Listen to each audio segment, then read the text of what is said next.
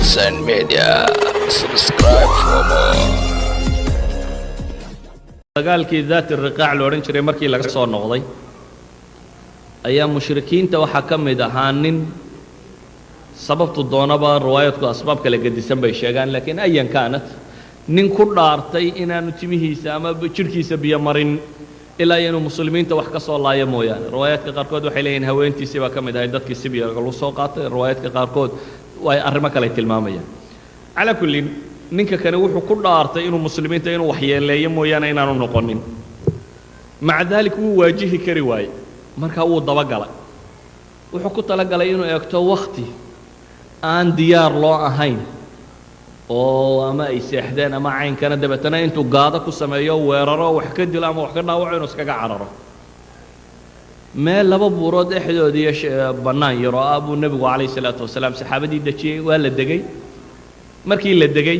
ayuu laba saxaabi buu yidhi gaadhka qabta inay ilaaliya saxaabadii kalena waa iska seexata labadii saxaabiye gaadhka hayay waa saxaabi muhaajira camaar ibnu yaasir buu bayhaqi tilmaamaya inuu ahaa ka kalena cabaad ibnu bashar ayuu bayhaqi ku sheegaya ansaariya labada saxaabi baa gaadhka qabtay labadii saxaabiye gaadhka hayay ayuu camaar intuu yaro jiifsaday buu yidhi annaan cabaar yaro jiifsaday ay toosi aan isbedbedello camaaroo jiifa ayuu cabaadna salaad iska galay saxaabigii kalena salaad buu galay ninkii gaaleed ee gaadaha ahaa wuxuu arkay iyadoo saxaabadii badhna ay jiifaan nin qurhina uu taagay ninkaasina uu salaad ku jiro haddaad cidlo ka heshay buu yidhi markaa kii salaadda ku jiray buu gammuunkiisa leebkiisii iyo qaansadiisii buu u hagaajistay dabeetana leeb buu ku sii daayey leebkii koowaad buu ku dhuftay saxaabigii isagoo salaaddii ku jiraa leebkii ku dhacay dabeetana salaaddiisii buu iska watay ninkii gaaleed mar labaad buu gammuunkiisii sallaxday kii labaad buu ku rideeyey kii labaad baa ku dhacay saxaabiga salaaddiisii isagoo ku jira saxaabigii salaaddiisii buu iska waday kii saddexaad buu u rakibtay kii saddexaad buu ku dhuftay saxaabigii isagoo salaaddiisa ku jira leebkii saddexaad ku dhacay salaaddiisii buu iska waday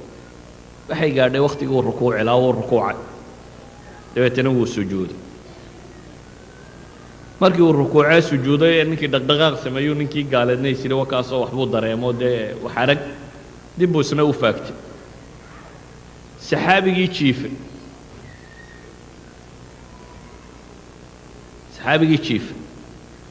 isna waxbuu dareemay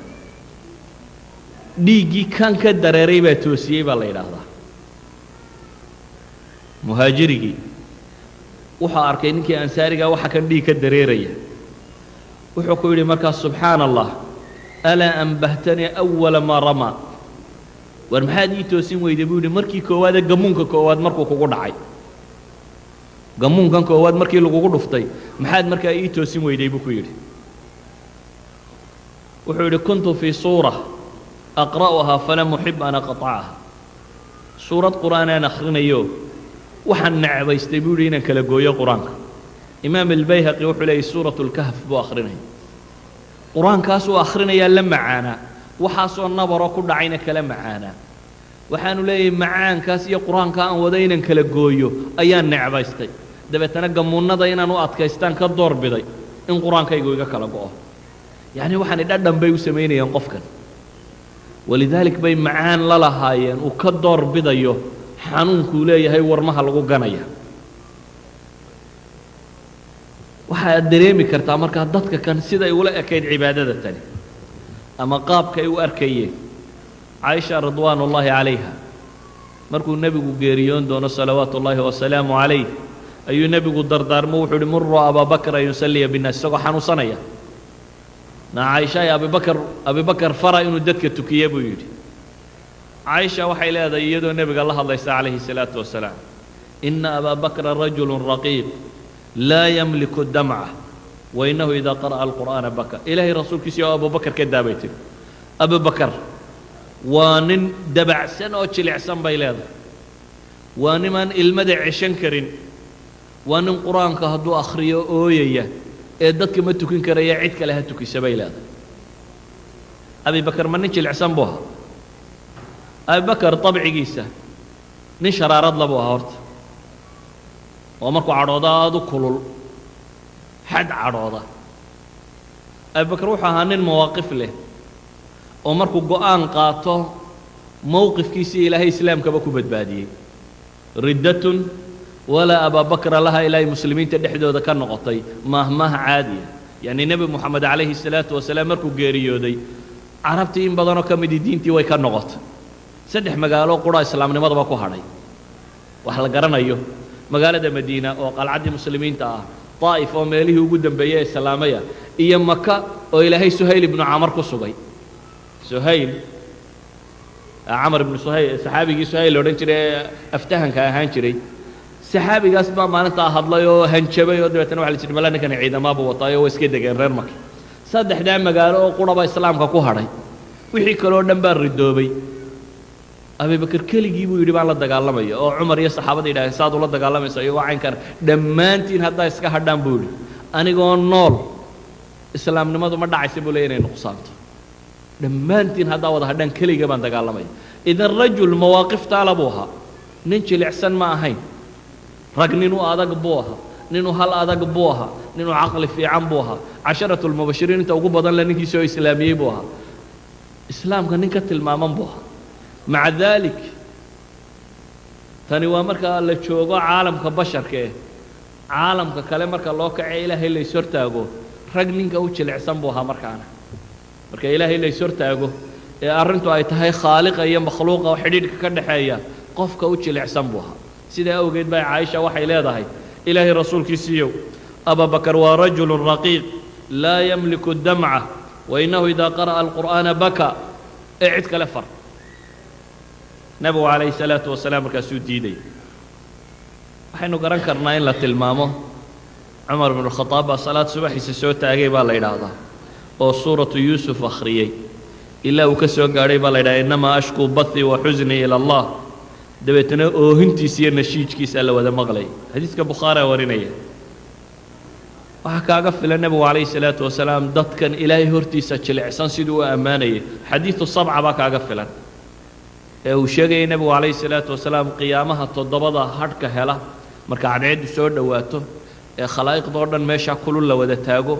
النفو اللي بقى يدددن بقادي إن لك عدة هوسكا هشاء هرسطه تضبط النبي الشجاع عليه الصلاة والسلام وحكم دها ورجل ذكر الله خاليا ففاضت عيناه النبي عليه الصلاة والسلام نين isagoo kaliyan cidila joogin qof kali jooga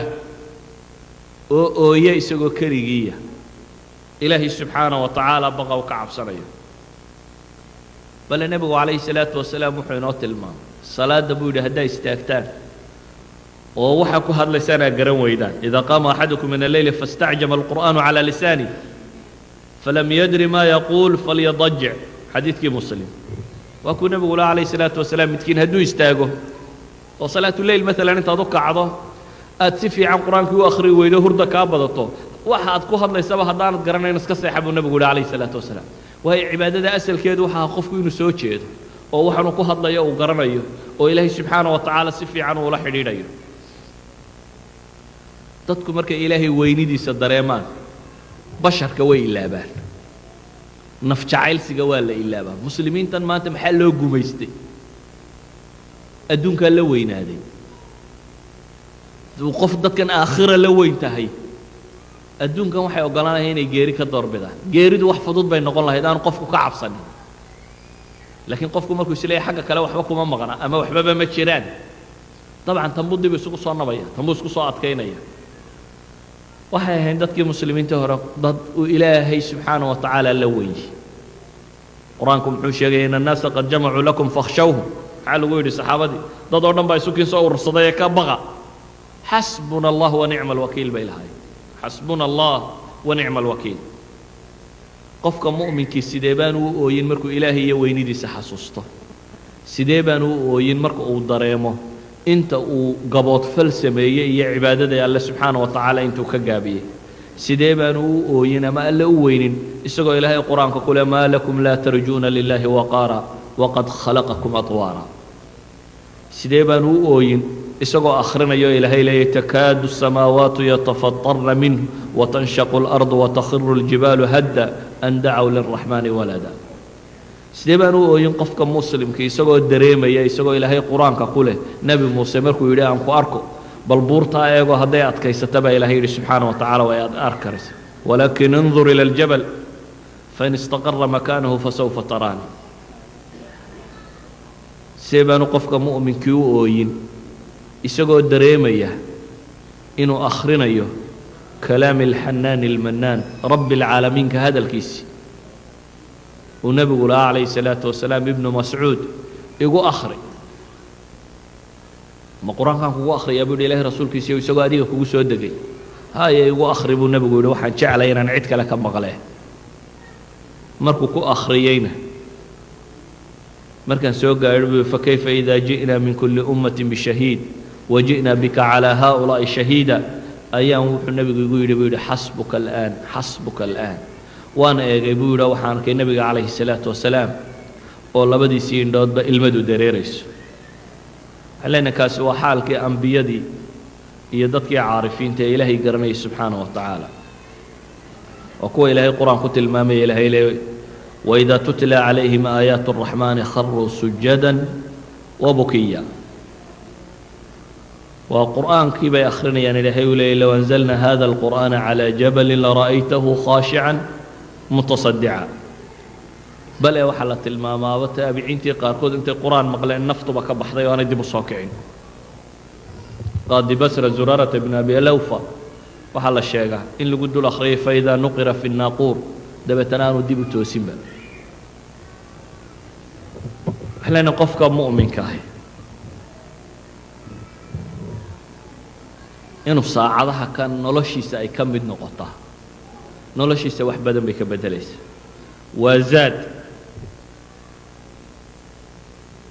waa zaad runtii qofka muslimkii marnaba aanu ka maarmin waa nolol loo baahan yahay qofka muslimkii inuu tajribeeyo oo uu galo oo uu isku dayo inuu dhadhamiyo uu u baahan yahay qofka muslimkii markuu salaad istaago inuu garto cidduu la xidhiidhayaa ciddayt ilaahay baa inoo fuduydiyey oo kuu sheegay waxa aad odhan doonto waxba ha ka sii fakerin madaxda haddaad fakerto marka loo tago maxaa lagu hadlaya waxaan tan ilaahay baa kuu hawl yareeyo ku yidhi alxamdu lilaahi rabbi alcaalamiin alraxmaan alraxiim maaliki yowmi اddiin iyaaka nacbudu waiyaaka nastaciin oo kula hadlaya oo leh salaada aniga iyo addoommahaygaan u qaybiyey oo marka aad tidhaahda alxamdu lilaahi rabbi alcaalamiin kule xamadanii cabdi addoonkaygii baa i mahadiyey oo markaad tidhaahda alraxmaan alraxiim le ahnaa calaya cabdi oo markaad tidhahda maaliki yowmi اddiin majadanii cabdi oo markaad tidhahda iyaaka nacbudu waiyaaka nastaciin kula hadlaya oo markaad tidhaahdo ihdina الsiraaطa almustaqiim ila uu jidka toosan ugu hanuuni marka aada leeday ilaahay kuu ballan qaadee kuu yidhi taasi aniga iyo addoonkayga inoo dhaxaysaa walicabdi maa sa'al waxaad doonto ay weydiiso oo waxaad weydiisato aad alla ka helayso subxaana wa tacaala